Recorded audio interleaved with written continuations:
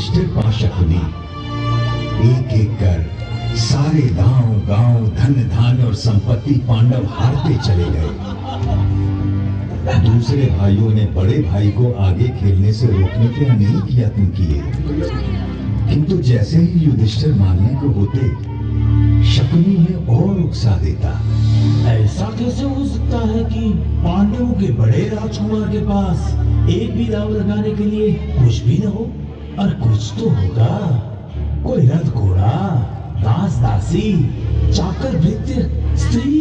हाँ, एक चीज है मेरे पास, मेरी पत्नी द्रौपदी, मैं उससे दांव पर लगाता हूँ। भैया, द्रौपदी कोई वस्तु नहीं, हम पांचों की पत्नी है वो।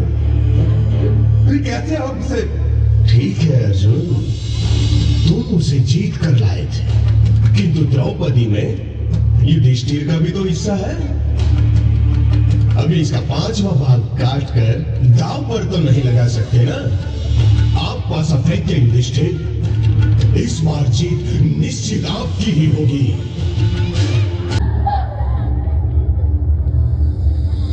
पांच पतियों की पत्नी पांचाली, उस दिन तो तुम्हें ठीक से देख नहीं पाया था, किंतु आज तुझे देखकर मैं अचंभित हूँ रूपवती द्रुपद कन्या। अभी भी ना तूने मुझे ठीक से देखा। अपनी पत्नी को मनुष्य नहीं, एक सूक्ष्म संपत्ति समझकर दांव पर लगा दिया। रोको मैंने अर्जुन, भीष्म, आप तो हमारे कुल के सबसे बड़े हैं, रोको ना ये पाप। गुरुवर्य द्रोण, क्या यही सिखाया है आपने अपने शिष्यों को कि इस सभा में एक भी वीर आज एक नारी के अपमान को रोकने के लिए आगे नहीं आ रहा? पिता धृतराष्ट्र, देखिए कि क्या हो रहा है आपके सामने। अंधे हैं, वो कैसे देखेंगे? अगले देखेंगे तो हम आज तुझे। रुको सुयोधन, वरना आज के बाद आने वाली पीढ़ियां तुझे सुयोधन नहीं, दुर्योधन के नाम से जानेगी।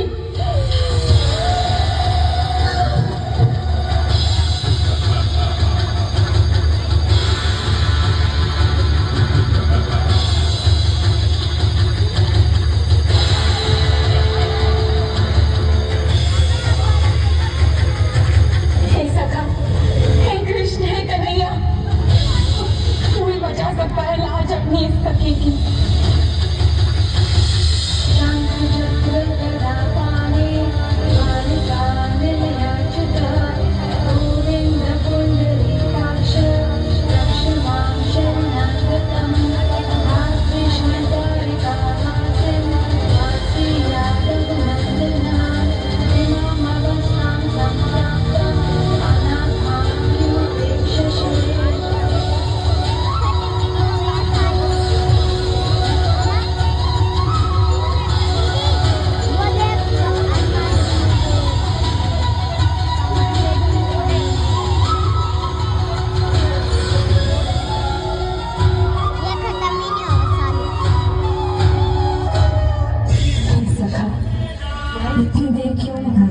तुम्हें ही तो गलती की मुझे दूर द्वारिका से बुलाने की।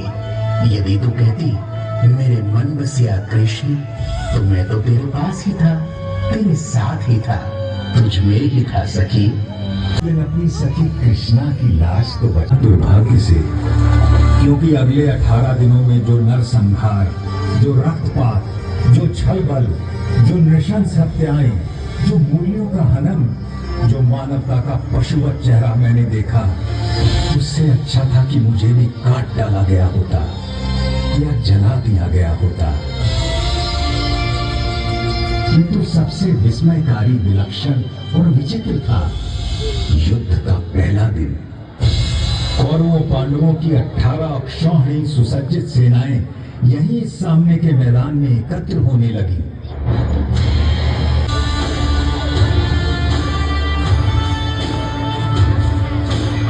अश्वों की खड़क खड़क खड़क खड़क खड़क खड़क शतध्वज की लहक लहक लहक लहक लहक लहक, मृत्यु आलिंगन को वीरों की धड़क धड़क, सेना की तड़क भड़क, ललकारे चहक चहक, तूने हो गर्व से जो जीत दिखे झलक झलक झलक झलक, गज सेना धमक धमक धमक धमक धमक, अग्नियस्त्र धधक धधक धधक धधक,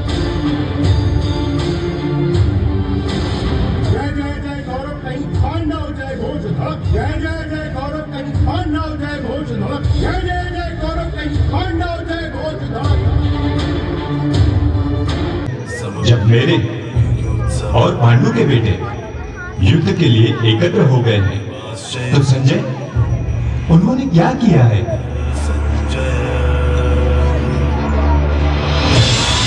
दुर्योधन को हर्षित करने के लिए कौरवों में वृद्ध महाप्रतापी पितामह भीष्म सिंह की तरह दहाड़ उठे।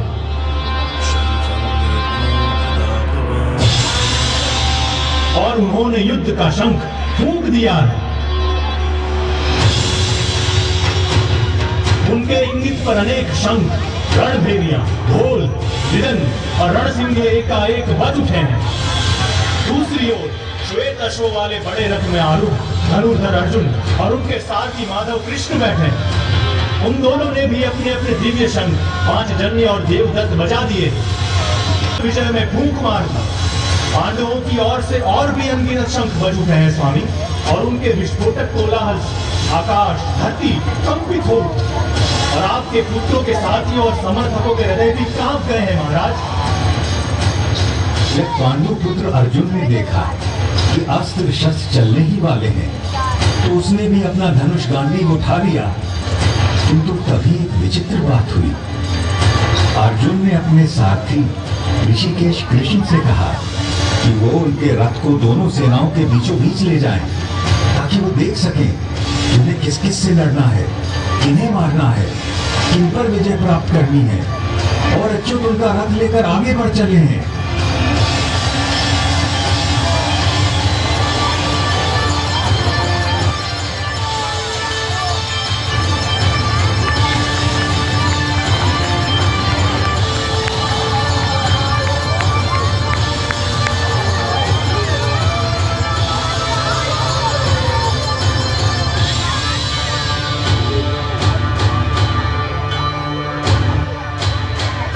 अर्जुन ने देखा कि सामने भीष्म और द्रोण थे। उसने देखा कि सामने खड़े सभी शत्रु योद्धा उसके पुरखे और दादा हैं, उसके आचार्य और मामा हैं, भाई बेटे पोते और पूरे जीवन के संगी साथी हैं। उसने देख लिया कि सामने खड़े मरने मारने को आतुर लोग सब उसके अपने थे, और व्यथित होकर वो बोल उठा, कृष्ण, हमें राज्य मिले भी तो क्या होगा, भोगों का हम क्या करेंगे, जीने में क्या रखा है। ये सब के सब मेरे आचार्य, मेरे गुरु, मेरे पितर, मेरे ताऊ चाचा, मेरे बेटे, मेरे बाबा दादा मामा पोते साले ससुर सगे संबंधी हैं। मैं इन्हें मरवाना या मारना नहीं चाहता केशव, चाहे मेरी जान भी क्यों ना चली जाए, भले ही 3 लोगों का राज्य मुझे मिल जाए, फिर तो थोड़ी सी भूमि की बात ही क्या है। माना ये आदत आई है कि वो है तो हमारे बंधु ही,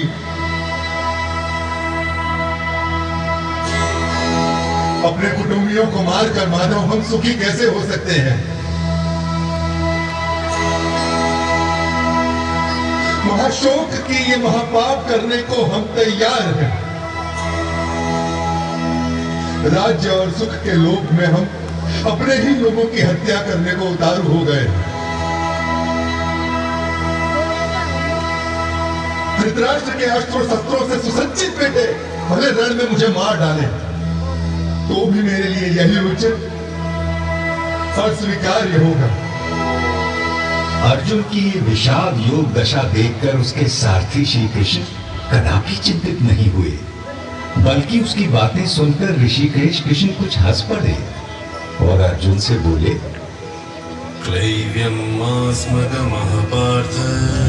कायर मत बन पार्थ, यह तुझे शोभा नहीं देता। हृदय की शुद्ध दुर्बलता को त्याग दे और उठ खड़ा हो जा। तू तो परंतप है, तेरा काम है शत्रुओं को हराना, बैरियों को मारना।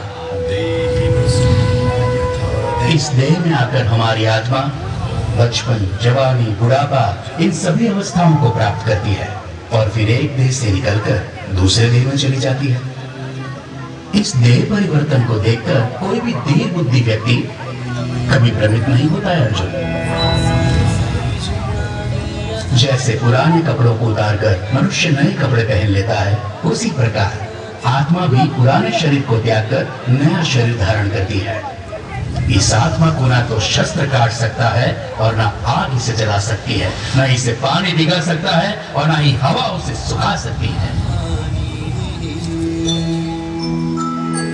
यूं सांख्य योग की बारीकियों को आगे समझाते हुए कृष्ण बोले, कुरुनंदन, इस योग में व्यवसायिक बुद्धि और कर्म निर्धारक बुद्धि दोनों एक ही है, लेकिन जो अव्यवसायी है, अकामी है, अकर्मण्य है, उसकी बुद्धि तो अनंत शाखाओं में बंटकर भटक जाती है अर्जुन।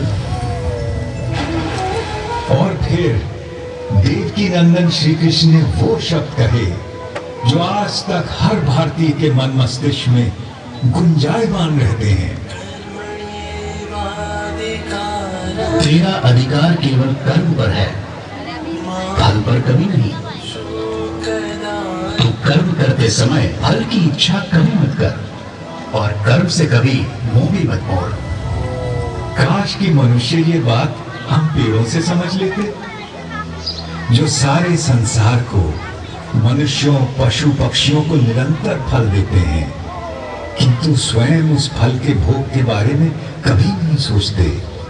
वरना तो सारे जंगल, सारे पेड़ पौधे, सारी वनस्पति कब की नष्ट हो जाती और उसके साथ संसार में संपूर्ण जीवन भी।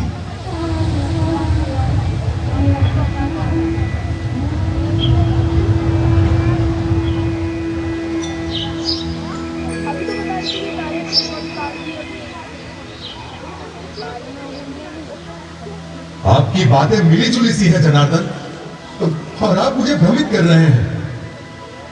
कृपया निश्चित करके कोई भी एक बात कहे जिससे कि मेरा कल्याण हो देवकी नंदन। और आपका जन्म तो कई युगों के बाद हुआ था, सतयुग, त्रेता युग। फिर आप सब कैसे जानते हैं कि आरंभ में ये सब कहा गया था? भरतवंशी अर्जुन, जब जब धर्म का ह्रास होता है और अधर्म बढ़ता है, तब तब मैं अपने आप को स्वयं सर्जित करता हूं। भले लोगों की रक्षा के लिए, बुरों के नाश के लिए और धर्म की स्थापना के लिए मैं बार बार अवतार लेता हूं, हर कल्प में होता हूं।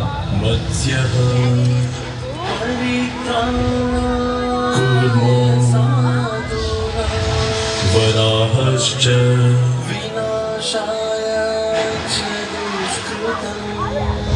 नृसिंहोऽवतः वामनः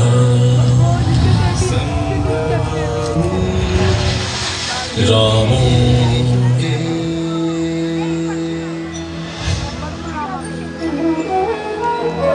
रामश्च चतुर्दशः। अर्जुन के सीधे संशय के बाद भगवान ने उसे ध्यान योग के बारे में इस प्रकार बताया। श्रद्धावान, खोजी और इंद्रियों को जीत चुके व्यक्ति को ही ज्ञान प्राप्त होता है और ज्ञान प्राप्त होने के बाद उसे शीघ्र ही परम शांति मिल जाती है। हे कृष्ण, आपने कर्मों से संन्यास की और फिर कर्मों के योग की भी प्रशंसा की। इनमें से सचमुच कौन सा हितकारी है? कृपया निश्चित करके मुझे समझाइए। अर्जुन, अपना उद्धार अपने आप ही किया जा सकता है। स्वयं को कभी गिराना नहीं चाहिए। हम अपने मित्र भी स्वयं ही हैं और स्वयं ही अपने सबसे बड़े शत्रु भी। जो बहुत खाता है ना तो योग उसे मिलता है और ना ही उसे जो बिल्कुल नहीं खाता। ना ही बहुत सोने वाले को मिलता है और ना ही बहुत जागने वाले को। जो यथा योग्य खाता है, जो यथा योग्य पैदल चलकर विहार करने आता है, कर्म में यथा योग्य प्रयास करता है, जितना सोना चाहिए उतना सोता है, जितना जागना चाहिए उतना जागता है। ऐसे योगी का योग ही दुखों का नाश करता है। यही तो विलक्षणता थी श्री भगवान के उद्गारों की, जिसमें जीवन के प्रत्येक पहलू की बात समा। बस में रखना तो हवा को रोक कर रखने जैसा कठिन लगता है मुझे। निसंदेह महाबाहु, निसंदेह मन बहुत चंचल है और उसे बस में करना बहुत कठिन। किंतु कौन्ते, अभ्यास और वैराग्य से इस चंचल मन को भी वश में किया जा सकता है। इस तरह श्री कृष्ण ने अर्जुन को आश्वस्त किया। वो मूर्ख लोग मेरा तिरस्कार करते हैं, मेरा महत्व घटाते हैं, जो ये समझते हैं कि ये समस्त भूत प्राणियों का महेश्वर और अजन्मा मैं इन सभी कार्यों को करने के लिए इस मानव देह पर आश्रित हूं। वो मेरे परम भाव, मेरे परमात्मा तत्व को न जानते हैं न पहचानते हैं। किंतु मैं पत्र, पुष्प, फल, जल, जो कोई भी मुझे भक्ति भाव से अर्पित करता है, मैं ऐसे भक्त का हर उपहार बिना किसी भेदभाव के स्वीकार करता हूं। ये सब जो आपने मुझे बताया है केशव, उसे मैं 100% सच मानता हूं। आपका रहस्य ना तो देवता जानते हैं और ना ही दानव। किंतु अपना योग और विभूति एक बार फिर से और विस्तार पूर्वक बताइए ना जनार्दन, क्योंकि आपकी वाणी और वचन को सुनकर मुझे तृप्ति नहीं होती। अर्जुन के इस प्रश्न के उत्तर में श्री कृष्ण ने उसे विश्व रूप दर्शन योग के बारे में ज्ञान दिया। आकाश में सहस्त्र सूर्य एक साथ निकल आए तो उनका संवेद प्रकाश भी उस महात्मा की दमक की बराबरी शायद ही कर सके। इसलिए उठ, यश कमा, शत्रुओं को जीत, इस समृद्धशाली राज्य भोग। इन सबों को तो मैंने पहले ही मार दिया है, तुझे तो बस निमित्त बनना है पांडव। मेरे पास केवल वो लोग आ सकते हैं जो अपने समस्त कर्म मुझे अर्पित कर देते हैं, जो मेरी ओर उन्मुख हो, जो मेरे भक्त हो, जो इस संसार के सभी भूत पदार्थों और प्राणियों के प्रति शत्रुहीनता की भावना रखता हो। केवल वो ही मुझे प्राप्त कर सकता है पार्थ। शनैः शनैः अर्जुन का मन कुछ स्थिर होने लगा और जिज्ञासु होकर उसने श्री कृष्ण से पूछा कि कुछ वक्त हमेशा सतत उनकी उपासना करते रहते हैं और अन्य उनको अक्षर और अव्यक्त मानकर उनकी उपासना करते हैं। अब प्रश्न ये है कि उन दोनों में से वो स्वयं किसको अच्छा योगी मानते हैं। भगवान ने बड़े धीरज से उत्तर दिया, मेरा वो भक्त मुझे प्रिय है जो द्वेष नहीं करता, जो समस्त भूत पदार्थों और प्राणियों का मित्र है, जो सब पर करुणा करता है, जो निर्मम है, निर्मोही है, निरंकार है, जिसमें मैं नहीं, जो अपने को कर्मों का कर्ता